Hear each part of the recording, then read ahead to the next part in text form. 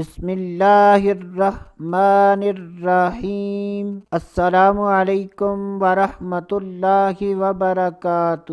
آج کی اس ویڈیو میں بات کریں گے قید سے رہائی کے دو وظائف۔ یہ دونوں اوراد و وظائف بہت ہی آسان اور مجرب ہیں۔ اللہ عز و جل پر کامل یقین رکھتے ہوئے اگر قیدی اٹھتے بیٹھتے چلتے پھرتے وضو کی حالت میں ہو یا نہ ہو، یہ دونوں اوراد و وظائف کرتا رہے، انشاءاللہ عز و جل اللہ عز و جل کے فضل و کرم سے بہت جلد قید سے رہائی پائے گا۔ اللہ تبارک و تعالیٰ کے دو نام ہیں، یا حیو یا قیوم۔ یا حیو یا قیوم، اٹھتے بیٹھتے چلتے پھرتے یہ پڑھتے رہیں۔ اور دوسرا وظیفہ ہے لا الہ الا اللہ۔